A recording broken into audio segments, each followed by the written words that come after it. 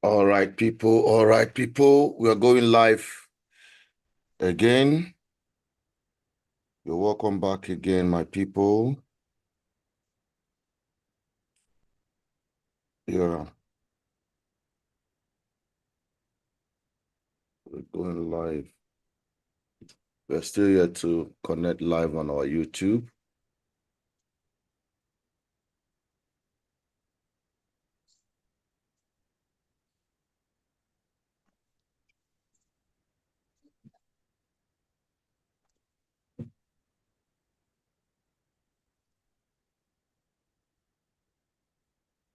Okay. I'm yet to see our live link. That's what we're waiting for. Okay. I think we are live now. Our viewers and subscribers,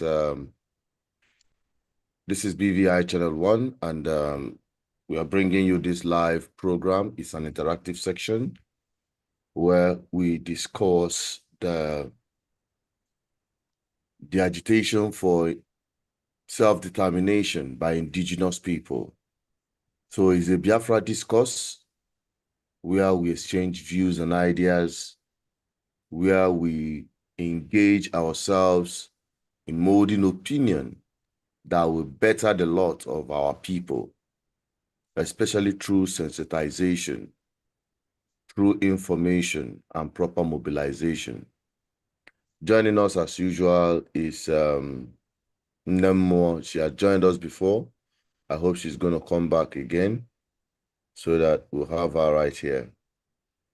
We are going to be talking about indigenous identity and citizenship, what it is for the Biafran people.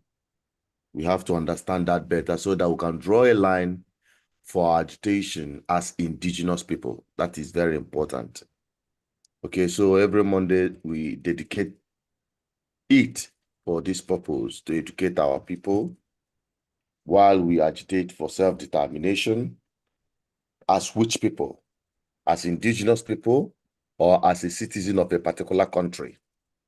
So people must understand the dynamics of indigenous people agitating for self-determination, or a country that has been before, or a people that had been before as a nation state before they were assimilated by either conquest or colonization and the rest of them. So the UN proclamation in the rights for all indigenous people is what we're going to look at. The modus for indigenous people to ask for self-determination, what self-determination entails, okay? So we have been on this for a very long time. This has been our old message, but we are reviving it to educate our people. It seems it is more important now for our people to understand that more than ever before. So that's why I'm being joined today by Indubisi. Indubisi is joining me in this Biafra discourse, understanding the Biafran ideology. And based on this ideology, the Biafran people are asking or agitating for their right to self-determination as indigenous people. So we are going to understand what makes the Biafran people indigenous, what makes a people indigenous, okay? So these are part of the deliberations we are going to be doing, and you can also join us, and you can call the numbers on the screen. We are going to take your calls, take your opinion, and also your questions as well. While we wait for Nemo to rejoin us back again, I think she's joining us back again. Nemo, good evening. You're welcome on today's program.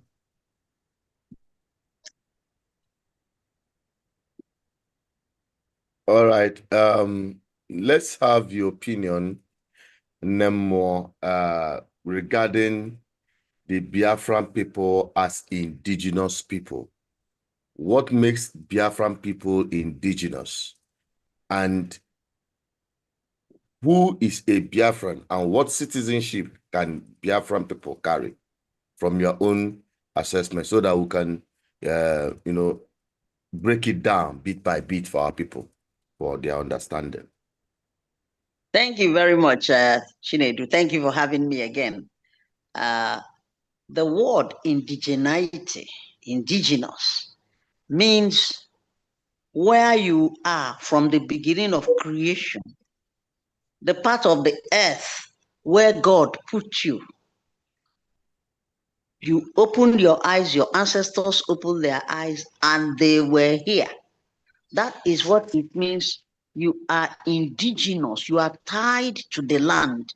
You are tied to the territory because that is where you were born and your forebearers were created.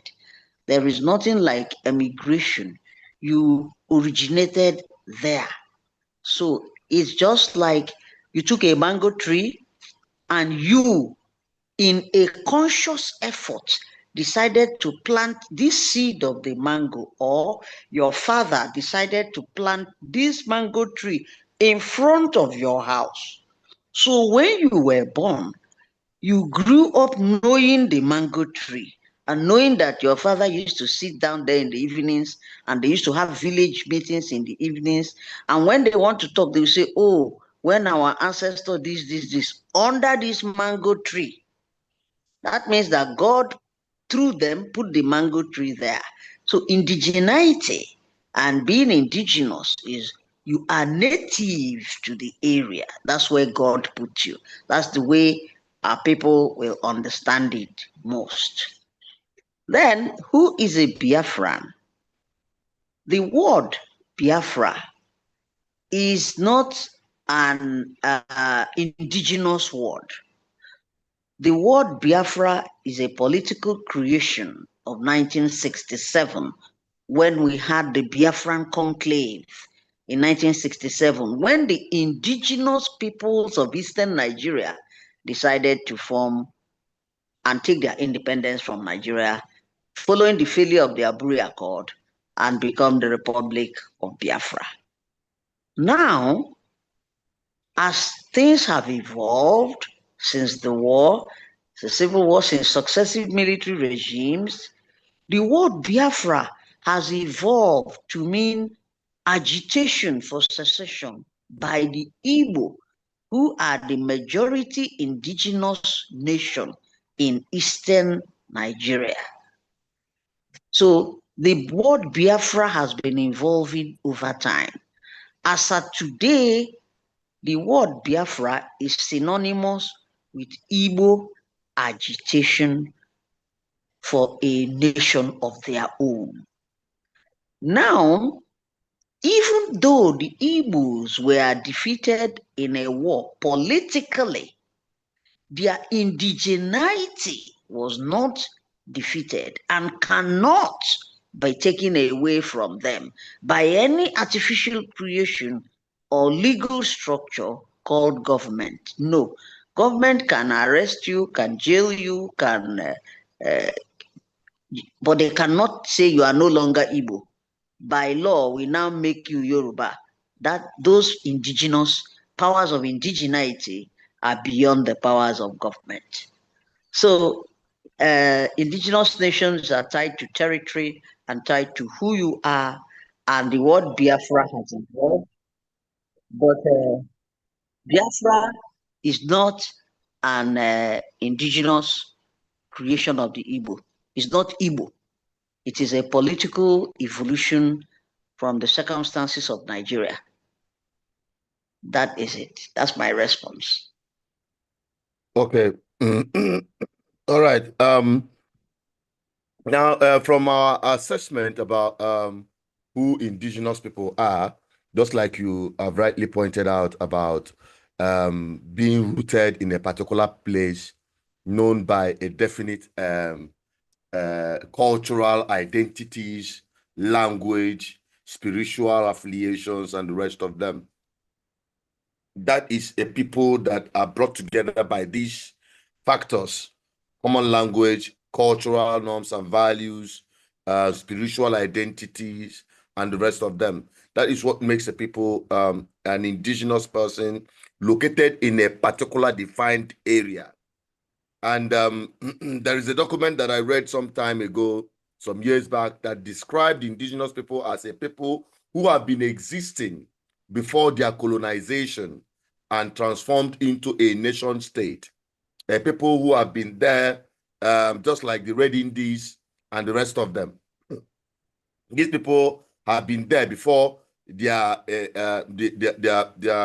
cultural identity was either truncated, mixed up with other people, and they lost a vast aspect of their identity to now a kind of union of different identities, as we may call it. So now, when the UN Charter made that very classification of who are indigenous people, what now makes the Biafran people indigenous? Just like you said, 1967, but there are some documents that are proving that Biafra had been in existence in a map of Africa, the old format map of Africa. Some people can Google it and they can see where it is written there. So they are looking at Biafra beyond 1967. They are looking at Biafra beyond 1914 amalgamation and formation of Nigeria. And that is what gave the Biafran people that indigenous right as an indigenous people. Now, Nigeria, we are now Nigerian citizens. So can you give us a distinction between being a citizen of a country and being an indigenous person? And what right does a citizen possess, and what other right do an indigenous person or indigenous people possess, and what are those rights they can exercise? You know, that we're talking about self-determination, for instance. Yes, thank you very much. The problem is the problem of modernity and modern governments, like in Africa, where we have third world governments that are very sensitive and unaccommodating to evolution and indigeneity because of their stranglehold on power, their Machiavellian attitude to power. In America, the indigenous Red Indians, the Native Americans, have their own nations. The United Nations ceded territories to them where they do not govern, where the government is completely in the hands of the Indians. And the Americans have, as a part of the federal structure in America, the Indian Commission. In the meeting of the Indian Commission, it is not like American civil servants are meeting with people from the Ministry of Works in Oka are meeting with the Idemili local government. No. Or people from Abuja came to Makodi to have meeting with. No. It is the American Congress, the representatives of the American people that meet with the Indian Commission, the government of the separate nations in India. That is true federalism. So now, if the Indian people want to travel out of America, they need and they rely on the power that is America. So they travel with American passports. But in their passports, they are described as Native Americans. So that gives priority. It is the first class Americans. It gives priority over any other, like you, anybody, any Nigerian that may have emigrated to America, or even Donald Trump, whose parents came to America. No, it gives priority. They are Native Americans. So what makes a citizen of a place is his indigeneity. The fact that his ancestors were there before the government came. Governments are modern day political creations. Yes, Biafra was a historical empire long ago, but colonialism came and changed the dynamics of African nations' development. They changed the dynamics of the indigenous peoples of Africa and created artificial countries and artificial borders. And the name Biafra disappeared from history because they had been broken up into different African nations. It was a huge empire stretching as far as the Congo. And the Portuguese, the old Portuguese sailors referred to them as the kingdom of Biafra, the empire of Biafra. And they had very strong civilizations. But now, following slavery and colonialism, that disappeared. And the modern day Biafra today is restricted to southeastern Nigeria. And in southeastern Nigeria, the majority indigeneity that claims the name Biafra are the Igbo. So what distinguishes a citizen is that a citizen is indigenous to a place, but the artificial contraption that forms the modern day nation state and modern day government gives legality and legitimacy to a defined area called a country, a defined territory, indices of a country, a territory, a population, I think a flag and an armed forces, the 4 indices of nationhood. I hope I got it right.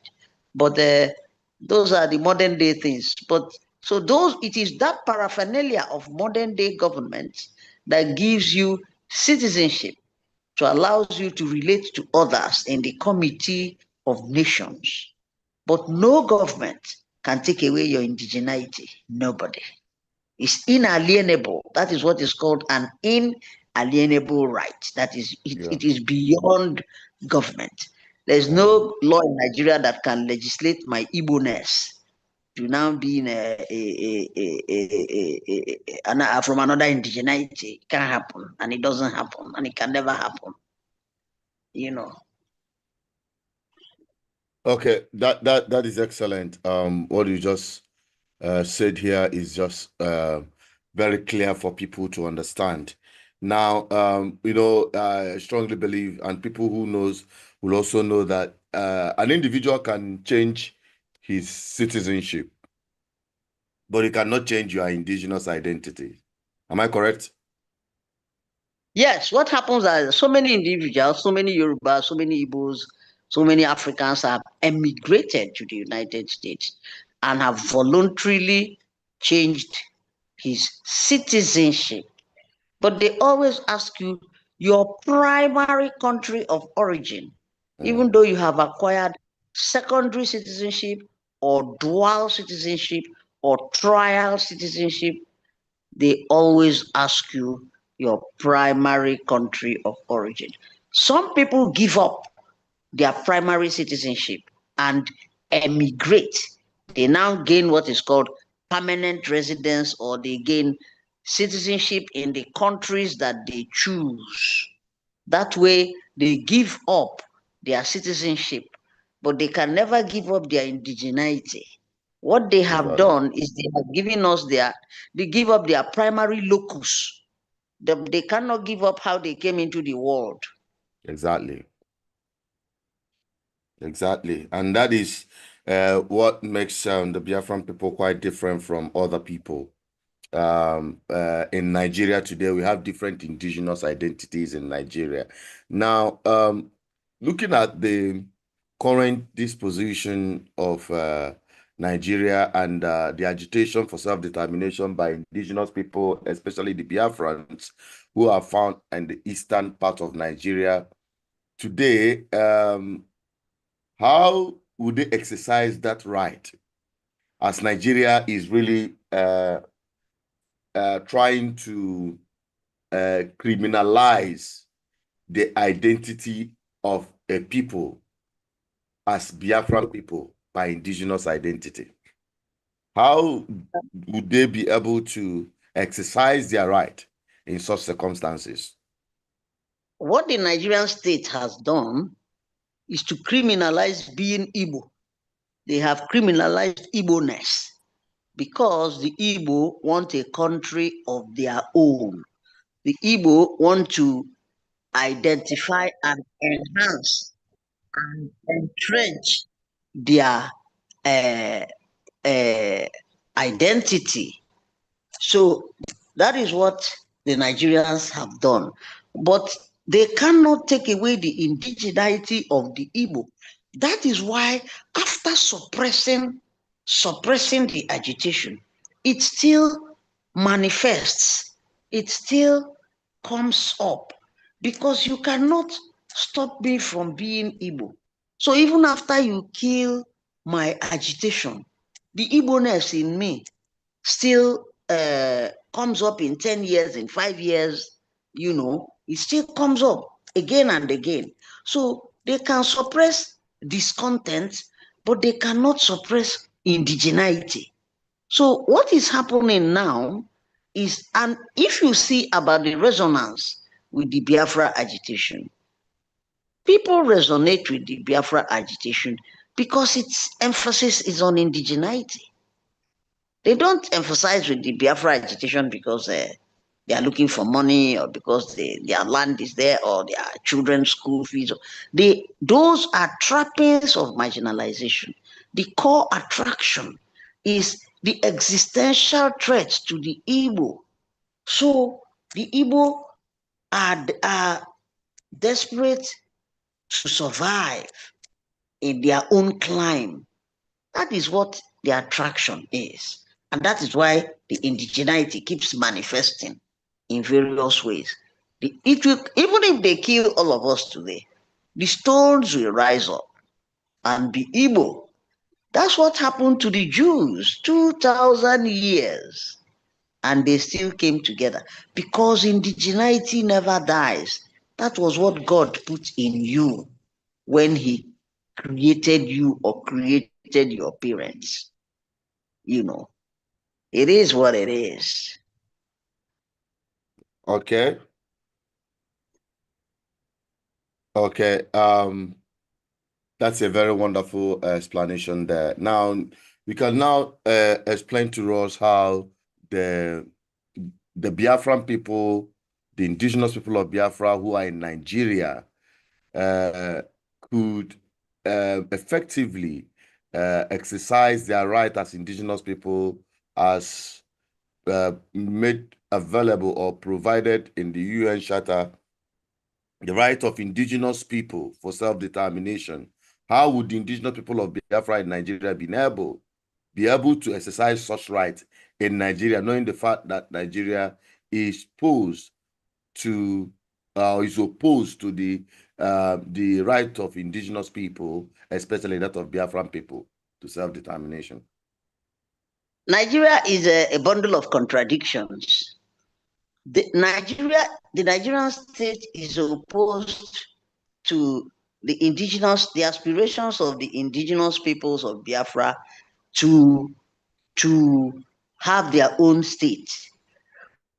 What they defeated in 1970 was the Biafran War. They did not and cannot defeat indigeneity. The Igbo indigeneity, the Biafran indigeneity remains their indigeneity. No government can defeat that. But incidentally, an interesting thing is happening in Nigeria today. That Nigerians are beginning to see that the call for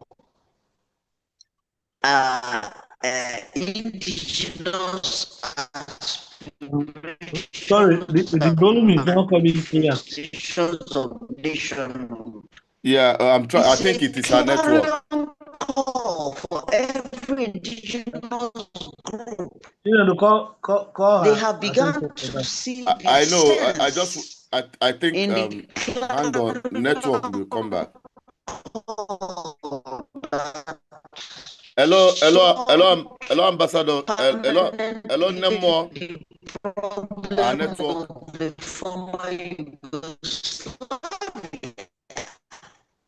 Hello, Nemo. So Your network. There Your are network. increasing indigenous.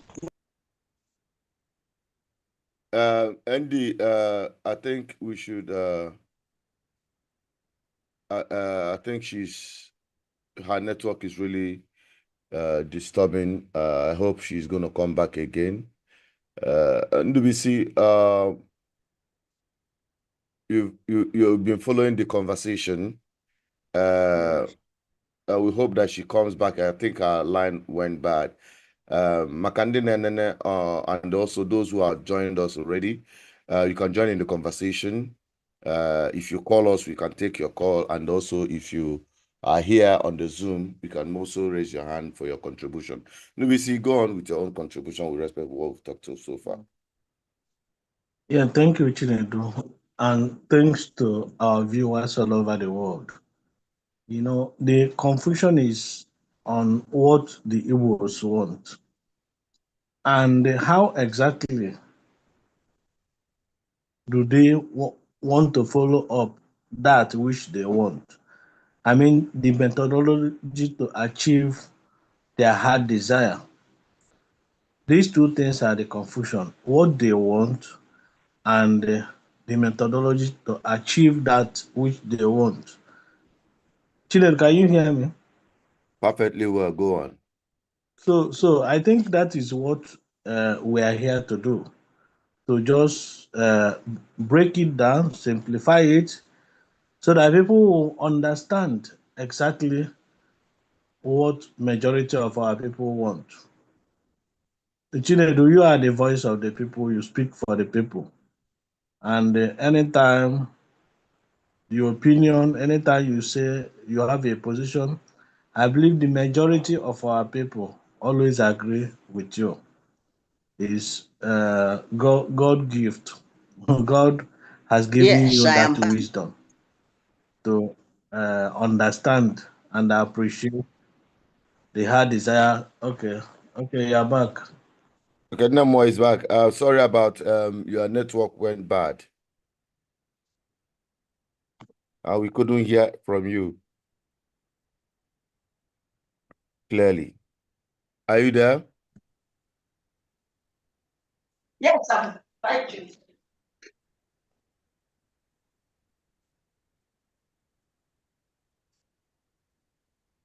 We are waiting. I don't, is network okay?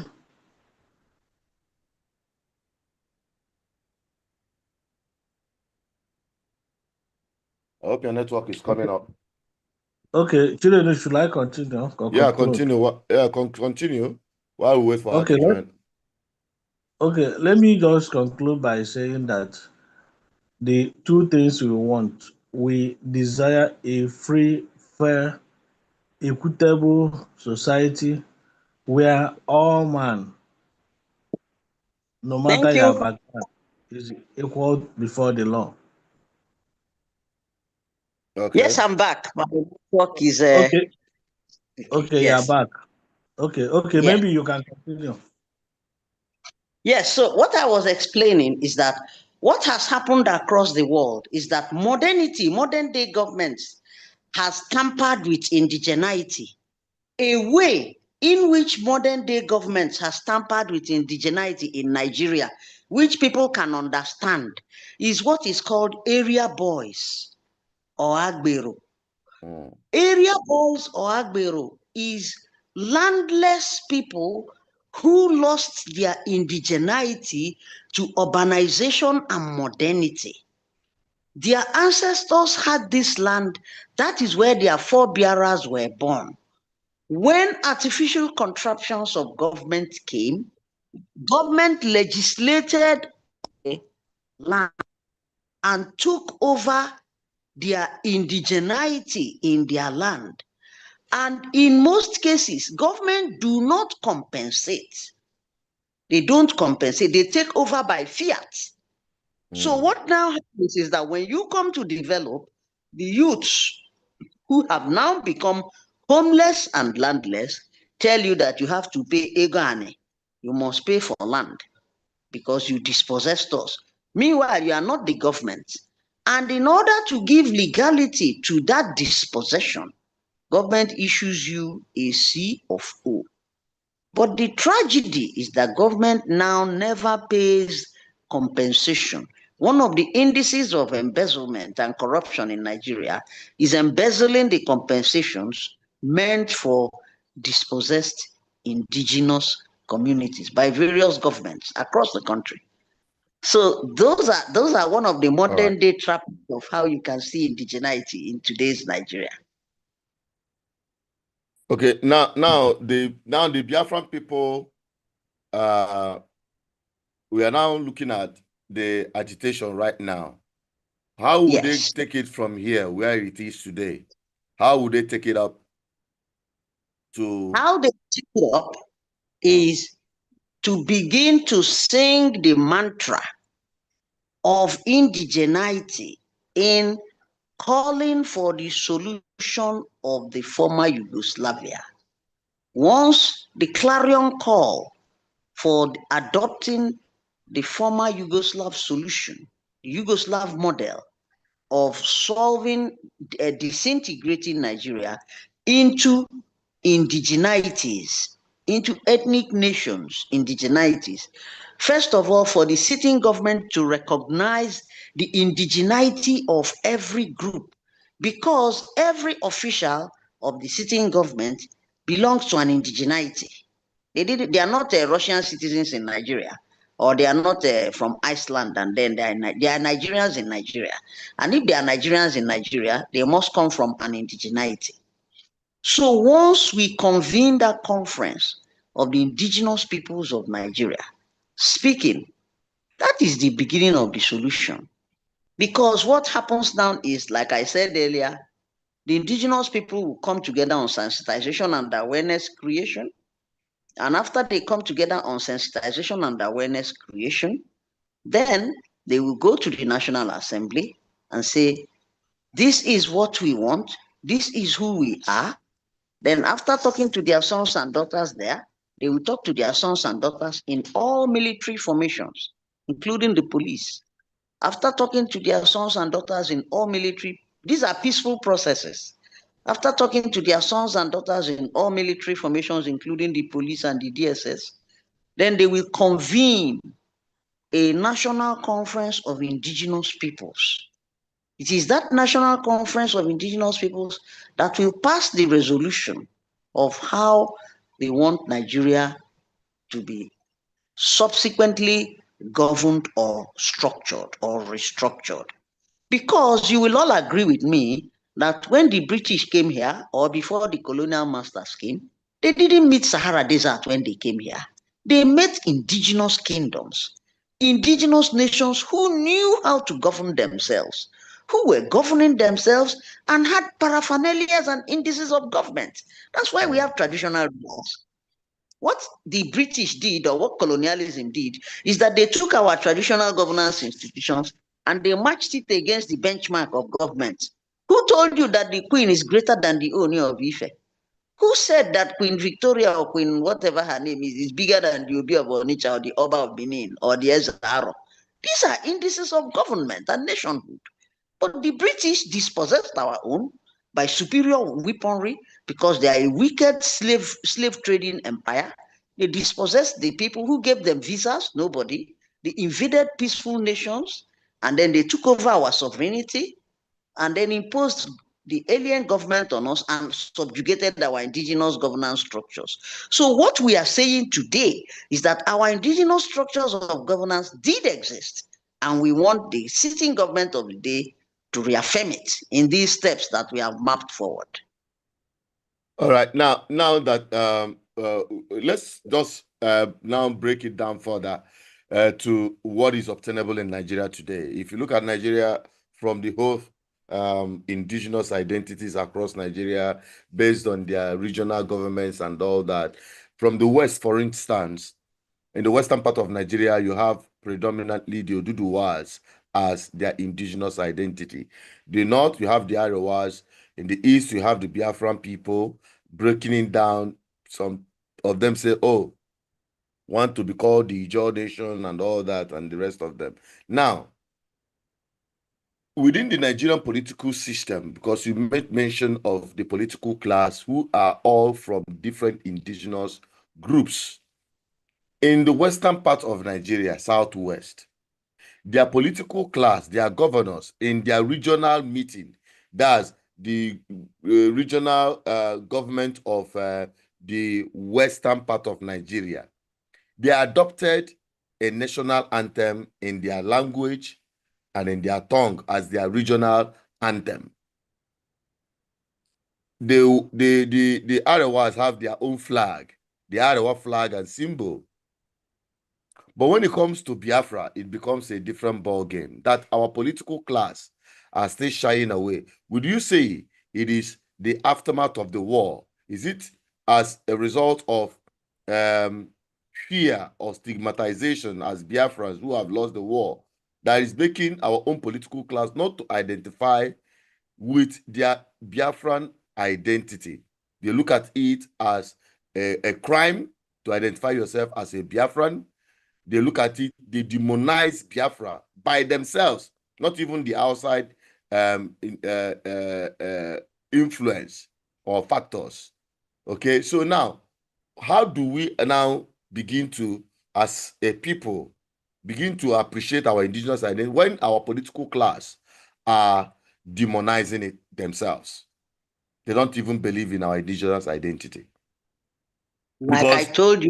Because ultimately, why I'm saying this, ultimately, it is the Biafran people who are agitating for the self-determination from this part of the world. Those who are representing them, how are they going to convince the rest of other indigenous identity about the right they have as an indigenous people? Remember that, for instance, when Ikemba, the late Biafran leader, was asked about his relationship with Ohaneze, that his response was that he has no time to deal with political contractors. So in that spirit, you will notice that the Igbo political elite are the greatest undoing. They are the ones that prostitute to Nigeria, that have lost sense of pride for Nigeria.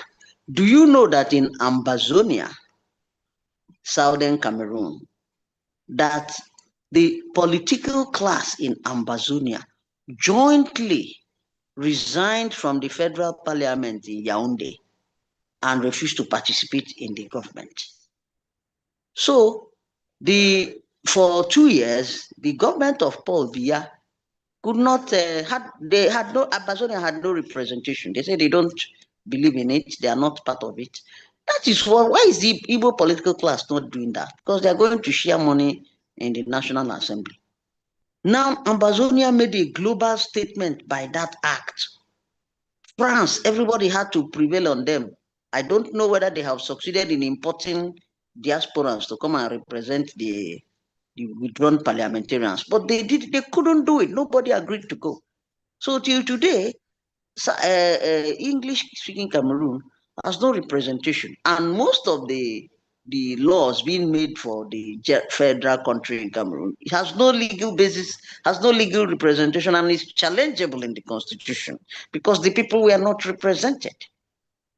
That is why Paul Biya reverted to oppressive dictatorship in meanwhile, he lives in Paris and governing Cameroon from there.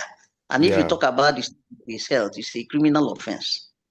So in Nigeria, the same thing. Our people have lost their balls. Our politicians have no balls, unfortunately. They are all there for what they can get. Like I said, it is a democracy. It's a kleptocracy. It's not a democracy. It is a democracy of pocketilism. A democracy of what can I get out of it?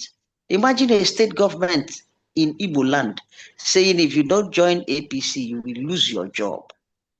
That is a crime that will be answered for in due course. It will in due course. And imagine the state government also coming to say, you'd have lost the right to school. You must go to school. Now, that state government forgets, yes, there are certain degrees of sacrifice that the people decide to do.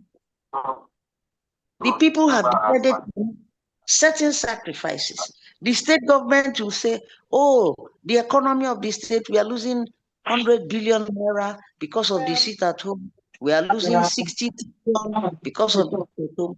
But have they asked their people what their livelihoods and commitments? What is more important to the Igbo? To sit at home and identify with indigeneity, because the agitation is all about indigeneity, or to go and make money for the state government. And the roads are bad, there are no schools, there is no power. What is it they are talking about? The indices do not, it doesn't, I can be poor and proud. Just like in the 1970s, Americans said, say it loud, I'm black and proud. Certain things are more important to certain people, you know. So it is not all about money. It never was all about money. In terms of Igbo indigeneity and indigeneity of any Nigerian political class, for any Nigerian indigenous group for that matter, it is not. Everybody is proudly who they are. We are proudly Igbos, they are proud Yorubas, and that's why the country is not working, because the indigenous loyalties are too strong. And okay, why does nepotism exist? Nepotism exists because the indigenities look for their own. That is why nepotism exists in government. So the sooner we sit down and tell ourselves the truth about our reality, the better for us. We federate according to our indigeneity. Because you put a minister there, the minister will first of all look for his brother. It doesn't matter whether his brother can do the job or not. He will give it to him or he will promote him because of brotherhood, because of his nepotic indigeneity. That's the only basis of running the government. Organization of government, Yorubanization of government, all those things are just indices of affirmation of indigeneity that has manifested itself in nepotic conduct in government. That's what it is. So the sooner we tell ourselves the truth, the better for us. We sit down on the table and say, let us discuss our indigeneity and our diversity, and let's handle it. Yeah. It is what it is. Yeah, you are correct. You're very much correct. And that is where we are having a serious setback, especially from this part of the world. When other people are embracing their indigenous identity, the Oduduwas, the Arewas, but when it comes to our own side, the Igbos, it seems that we don't want to embrace ours. And a couple of people are very reserved about Biafra because of how demonized they made Biafra to look. Even in our Igbo-ness, people are still shying away. I knew at some point some of our Igbo brothers took a northern name in order to play at the national team of Nigeria. They had to take a northern name in order to secure a job in Nigeria. That is how bad things have been in this country for a people. So, but how to go about it is something we all have to. Let me give some moment to some people who want to speak briefly as we are winding down on the program tonight. Ndubisi Madoka is here. You wanted to speak before. If you are still open, you can unmute yourself and make your contributions if you can hear me. Ndubisi Madoka. You can unmute yourself.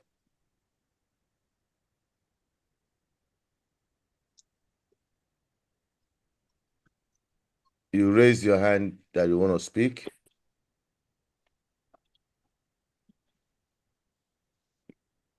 Hello. Yeah, good evening. Good evening, everybody. You're welcome to the program tonight. Let's have your opinion. Thank you.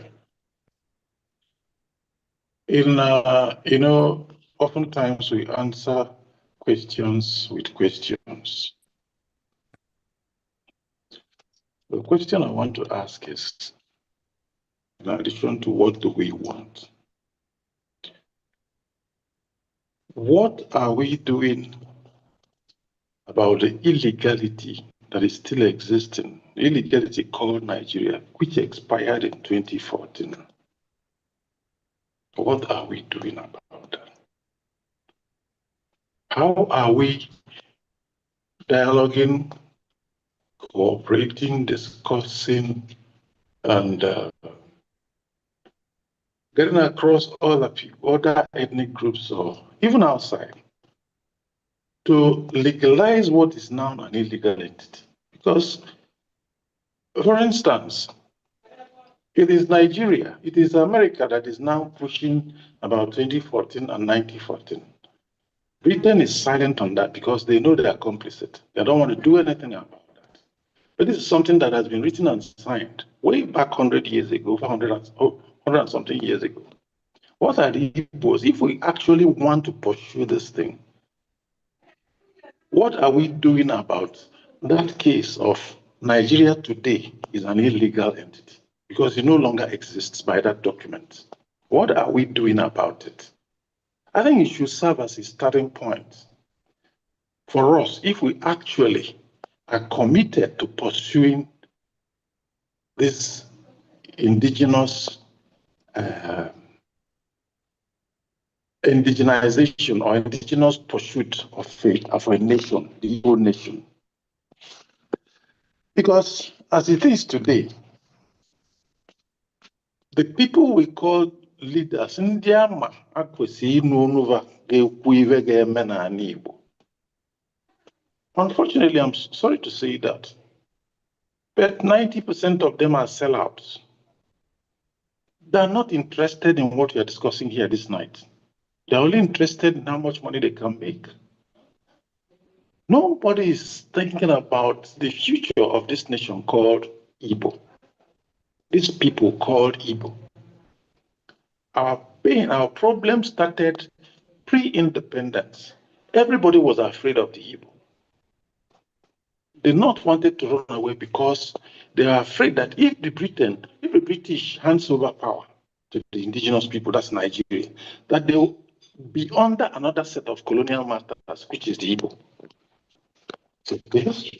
So what I want us to address, but also have voice. What are we doing about this 1914 and 2014 issue? Can we muster voices, speak loud to pursue this cause? Because I think there's a glimmer of hope that we might achieve what we are looking for if we can address that problem and get it resolved. I'll stop so far. Thank you very much. All right, thank you very much, brother, for that your submission. Who else want to speak before we go back to Nemo to give us our own summary? Nkiru, do you want to speak? Yeah. All right, go on. Okay, good evening. Good evening, our host, and good evening, Nemo, and all the viewer that is listening to me wherever you are, depending your life, your time zone. My name remains Nkiruka, who is AKA Iron Lady. Yeah, Nemo. In fact, you made us very, very proud. Ewu Nemo Weziokwu. Chiedu Famandubisi, Habuluku Odogu. Now fire, now kwoko. They are burning the candle. One day, both the politicians, they will still understand. My question goes like this. Like you mentioned about Bazonia. We all could remember that very time. I remembered one man they called Ebenezer Kwanga. They tortured him, but all the political something within their zone, they resigned from their parliament. Yes. But here, I know our politicians, they can never resign because most of us, we have denied our identity. Some one is a sort of deny only Bokambo. Everybody can remember last time. Here na kuzina bend house na army. You got how to speak Hausa language. Food are not Hausa self. Then you know you na-eme ihe kịta. Ọsụba go Oyibo ọkwa onye Igbo. Mana onye Yoruba na-eme ya asụa Yoruba ya na onye Yoruba onye Hausa asụa. Are we cause? Then another one, this disintegrating Nigeria, this the amalgamation, how are we going to go about it? Do you think that the Western world can support us? Because I feel, because if Tana Senate, I see it at two-third, I see go to the Senate, two-third, who are who? Go two-third, one. Zone political geography, zone ha keketa, south, southeast, south. Who are they deceiving? Or mezionu ogufa? Anyị how many states? Anyị how many zones? Kedu nke anyị nwere enwe? So, how are we going to? Who are who that will help us so that the international community will come to our aid? Because I don't feel that we can do it alone. This America and other districts, can they come to our aid? Because they have mapped Nigeria as their concern. But last time we saw terrible something, how they slaughtered people is either in Benue State. So people are dying.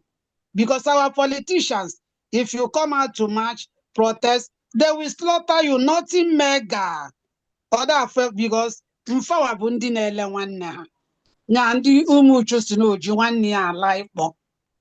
most of this program, they will not even like to listen to it. How are we going? Who are who that will help us so that international community will help us? I am proud of my identity. But most of our politicians, where are their children? Because they are very afraid and are very ashamed of their language, their identity, their tribe. When you go to Senate, most of them is in Abad.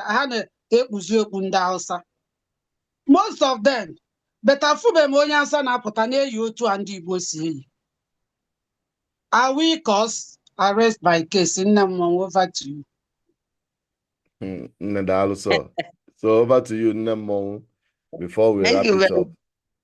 The first one on the 1914 amalgamation is that we are in this mess today because of the cowardice of President Goodluck Ebele Azikiwe Jonathan, who was holding the national conference at the time the amalgamation document expired. He should have completed that assignment. He handed it over to Buhari, who threw it away. So that bring us back to where we are today. So square one. Secondly, we all know that if a house is cracked and you want to address the fault of the house, that you must go back to the foundation. Exactly. You cannot address the collapsed building from the roof. Then you fix the roof. Then you say the building will not collapse. Or you change all the windows and say it will not collapse. No. Yeah.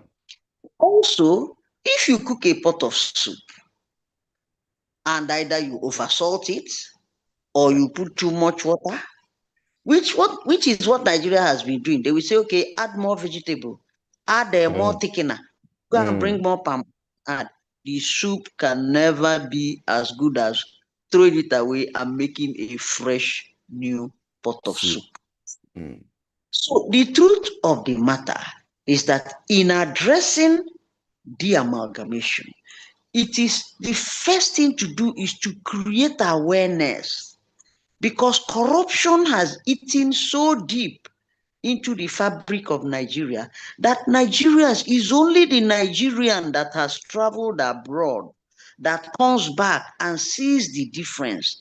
Even the Nigeria that has gone to ordinary Cotonou or ordinary Ghana comes back and sees the difference in lifestyle and livelihood. Or even Cameroon, sorry.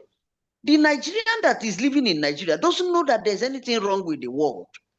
He doesn't know anything, but he is beginning to know, because when he sees his friends come back from abroad with cars and good mannerisms, good clothes, and the good life, he begins to see that there could be a possibility of a different life and a different opportunity.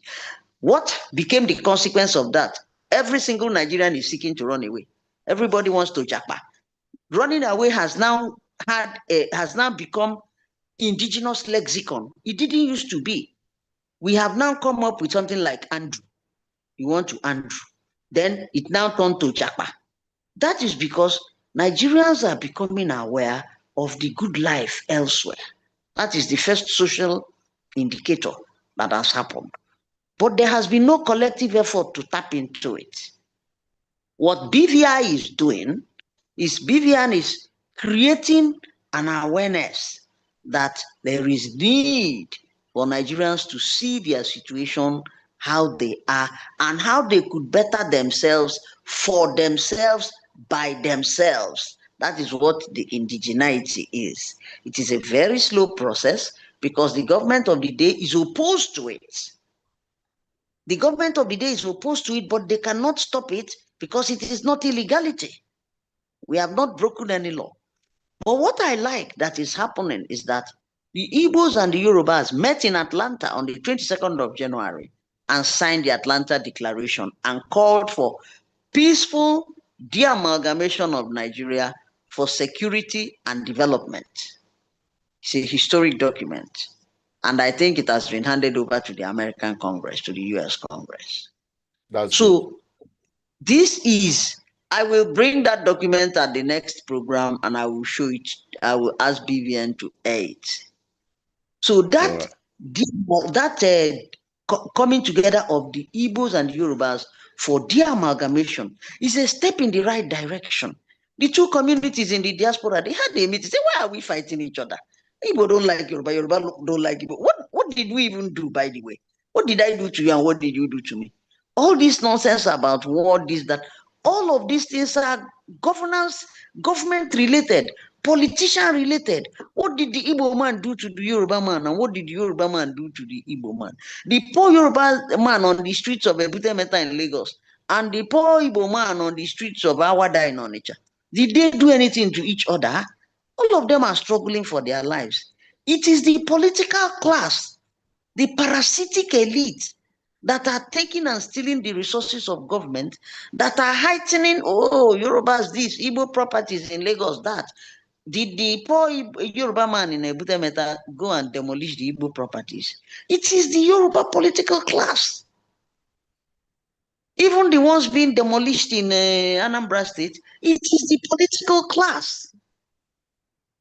So, it's being made here is that our awareness has to be heightened to a level where we will create a critical mass. When we create a critical mass, people will move like happened in Nepal. And when people move on basis of their indigeneity, not on basis of police came and government came, no, on basis of their indigeneity, when people move on those bases, the soldier that will kill you will first of all know whether he's shooting his brother or his enemy. That is how the critical mass will evolve. Right now, there is a group called Citizens for the Restructuring of Nigeria. I hear that that group is highly favored. I will send you the template to join the group. All right. As told, I hear they are highly favored. And when I mean highly favored, I mean that they have a very strong they have the ears of the powers that be. Let me put it like that. Exactly. Now, what this group has done, they have circulated a template for federation. How do you want to federate? And they want referendum before election. I have filled out the template. I told them pure federalism on ethnic basis. Everybody in that platform is an agreement that the federation has to be restructured along indigenous lines. That is the first thing that we have achieved in that platform. The next thing that we have achieved in that platform is there is going to be a national summit for restructuring of Nigeria by indigenous nations of Nigeria on the 3rd of June in Abuja. And that every indigenous nation should bring their constitution on how they want to be governed. Okay. So everybody in that group was speaking with one voice, of course, except our good old Igbos who said, Are you in touch with Ohanese? And I told them in that meeting, I do not represent Ohanese. I represent Mazin and all pro-Biafra groups. Take it or leave it. That is what I represent. Because the agitation for Biafra is agitation for our indigeneity. And I have told my Ijaw brothers and Calabar brothers there, we don't have your time again. No. Go and form your Calabar nation and your Calabari nation and your Ijaw nation and your Izong brotherhood. We now want our Igbo, and we are going to take all and every Igbo community that is outside Igbo land into the new Igbo region. And any Igbo community who decides to stay where they are will be a minority. And looking at the way Nigeria is structured, woe betide those who decide to enslave them and children. And I did ask in one earlier work of this program, have any of you ever seen the seminal work of Mazi Nnamdi Okukano on how the Igbos will be governed? With his approval, we will take that document to Abuja in June, and we will make it public. The seminal work of a return to the Umunna system, a nation that is devoid of political parties, a nation that will be governed by the Umunna, bringing forward their candidate who will represent them, because no Umunna will bring forward a thief or a criminal or a bandit or a kidnapper to go and represent them.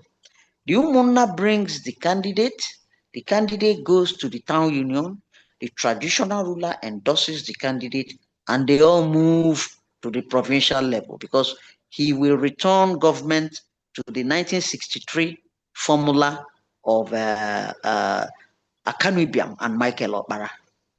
So when they go to the province will, from among the selection of Umunna, select the provincial parliament. Those that are remaining from the selection of Umunna, the provincial parliament will now nominate them to go to the national parliament. Then they will now go to the national parliament. The national parliament will select those that they will want, and then they will empower the prime minister to form the government from the other ones that are not chosen.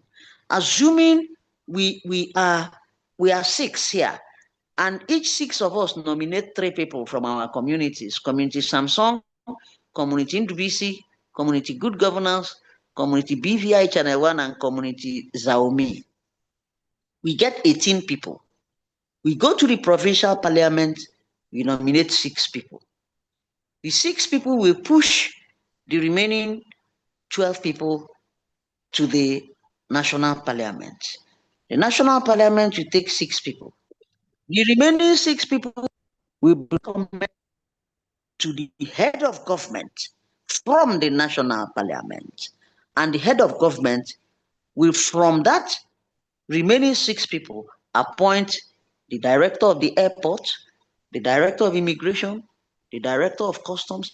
They don't need to maintain. They would be people who have been nominated by the people on the of government.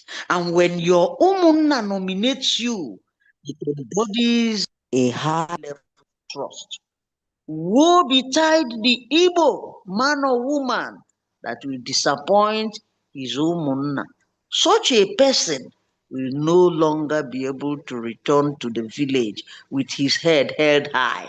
It is not all this nonsense we have today that when you steal money, you bradish cars and messages for us. It doesn't happen. And it will not happen in the Kanos. I rest my case.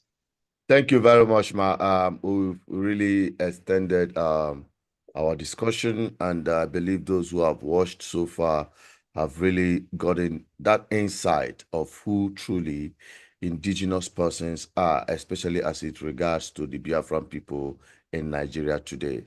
I really appreciate you because this conversation will continue every week right on this platform with Nemo, who is our resource person trying to educate, inform, and mobilize our people for the task ahead on the journey for self-determination. Thank you so much, Nemo, for being part of this program tonight, and to others who have joined us so far.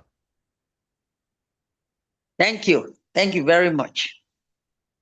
All right. Ndubisi, I believe you are there. You want to have a closing remark very quickly so that we'll wrap it up very, very quickly. Yeah, thank you, Chinedu. I think you have said everything, and Nemo, as our spiritual leader, has said, represented, and presented our opinion the way we desire. So I want to thank everybody.